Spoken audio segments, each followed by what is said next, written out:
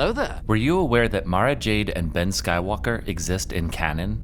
Well, that's our theory at least, and we have evidence that at the very best supports this to be true, and at the very worst would provide a roadmap for introducing these characters into current Star Wars canon without breaking any movies or TV shows as they exist. Before we get into it though, could you take a quick moment and help us grow this new channel by liking this video and subscribing? Comment and share it too if you're so inclined. Thanks. Okay, first, a quick introduction of the characters for those unaware, or a refresher for those who are lapsed Expanded Universe fans. Now referred to as Legends, the Expanded Universe was the overarching term for all of the Star Wars stories told in books, comics, and video games that expanded on the characters and the saga as a whole outside of the movies, from 1978 and Alan Dean Foster's book Splinter of the Mind's Eye to 2012 when Disney bought the company. One major misunderstanding is that Disney decanonized these stories, because in actuality the Expanded Universe was never canon to begin with. George Lucas himself said that he considered them to be an alternate universe, similar to Star Trek's Mirror Universe. Disney decided that any media produced going forward would all be canon, and this meant that the EU had to be let out to pasture, because the continuity of the continuing adventures of Luke, Han, and Leia, as told in the EU, was a bit of a muddled mess by the end, and trying to keep the new stories consistent with the old would be like navigating an asteroid field. The possibility of successfully navigating an asteroid field is approximately 3,720 to 1! Never tell me the odds. Anyway, where were we? Alright, Mara Jade and Ben Skywalker. Very briefly, Mara Jade was a main character in the Expanded Universe's post-Return of the Jedi era, first appearing as an adversary to our heroes in Timothy Zahn's iconic Heir to the Empire. Strong in the Force, during the later stages of the Empire she served as the Emperor's hand, a sort of henchman for Palpatine. If you haven't read the original Thrawn trilogy, you should, but through the course of 3 books, and those that followed it, Luke and Mara had a classic enemies-to-lovers story. You know, kinda like Osha and Kymer in The Acolyte. Eventually they were married, and she became an important part of Luke's new Jedi Order, and they had a baby whom they named, you guessed it, Ben Skywalker, who also trained to be a Jedi. Over the course of dozens of books, Luke, Mara, and Ben had many incredible adventures, quite a few of which would have made for great live-action or animated adaptations. One of the main frustrations for detractors of the sequel trilogy is that a lot of these ideas were scrapped, and Luke did not heed Yoda's advice when he said, "The Force will strong in your family. Pass on what you have learned," as he had in the EU. But we are here to say the possibility still exists. Let's break it down. Of course you know this scene in The Last Jedi, the one that is shown a number of different times from different perspectives that too many people claim broke the character of Luke Skywalker. Our theory reframes this moment in such a way that it would likely turn many of those haters into Last Jedi fans. It all comes down to what Luke saw when he looked inside of Ben Solo's mind.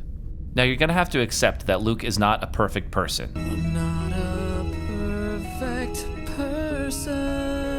Even if you want to imagine him as close to a pure hero as possible, 99.99999% good, there's always going to be something that can push a person over the edge. Something monumentally heart-wrenching for Luke, so devastating that he briefly gives in to the dark side and ignites his lightsaber over his sleeping nephew. What could that possibly be? Well, Luke almost says it without saying it in The Last Jedi. He would bring destruction and pain and death at the end of everything I love because of what he will become. Pain and destruction to everything Luke loved, which on screen was shown to be the Jedi Academy he built and nurtured from the time of The Mandalorian, but could also include the loss of his wife and small child. If he had seen that future, it could have absolutely driven him to a split-second moment of weakness. We also shouldn't forget that Yoda says, Always in motion is the future. The irony is that Luke lighting his saber may have been the final nudge that caused Ben Solo to fall to the dark side, thus murdering Luke's wife and son, becoming a sort of self-fulfilling prophecy. The Force works in mysterious ways. It is canon that Luke is unconscious, and Ben thinks he's dead when he massacres the remaining Jedi. Luke wakes up to find his temple in ruins and his students wiped out, which in our version includes his wife Mara and son Ben. Well, he can't be called Ben in canon because that name is already taken. It's a good thing we came up with the ideal replacement. Anakin. It makes perfect sense and would be a great source of character conflict between Luke and Leia. Luke, of course, was there at the end, when Anakin returned from the depths of the dark side, and Luke owes him his life for saving him and destroying the Emperor. Leia, on the other hand, knows only about the cruel Sith Lord that was complicit in the destruction of her home and the death of billions of her compatriots. It would be an even swap. Luke's son, known as Ben in the EU, would trade names with one of Han and Leia's kids, who was called Anakin Solo. Ben Solo murdering Luke's wife would also mirror what was done in the EU, considering his EU equivalent Jason Solo fell to the dark side and murdered Mara Jade. All of this occurring could have absolutely driven Luke to shutting himself off from the Force and retreating to this remote island on this remote planet to go into exile. Into exile. I must go. Much like Yoda did when he fled to Dagobah.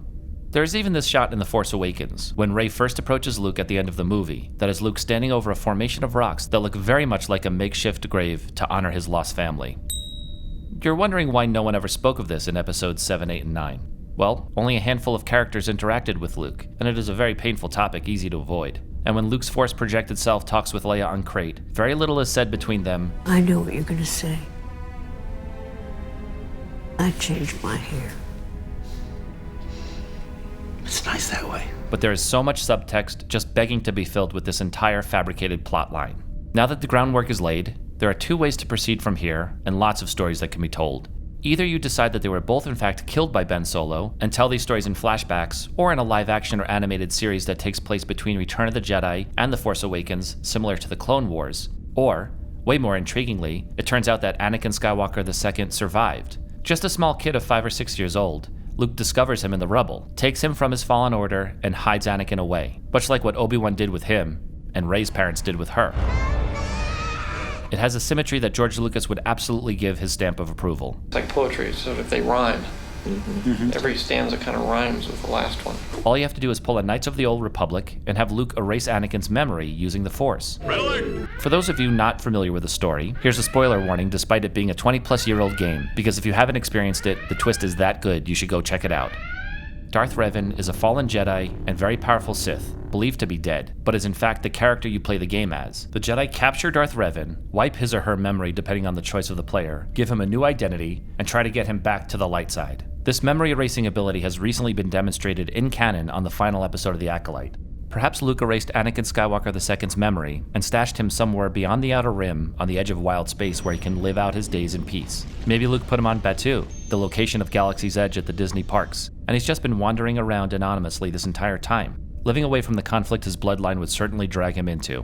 Then again, during the rise of Rey's new Jedi Order, he'd be in his late teens to mid-20s, right in his prime, and ready to unleash his power. Seems like a plausible theory, doesn't it?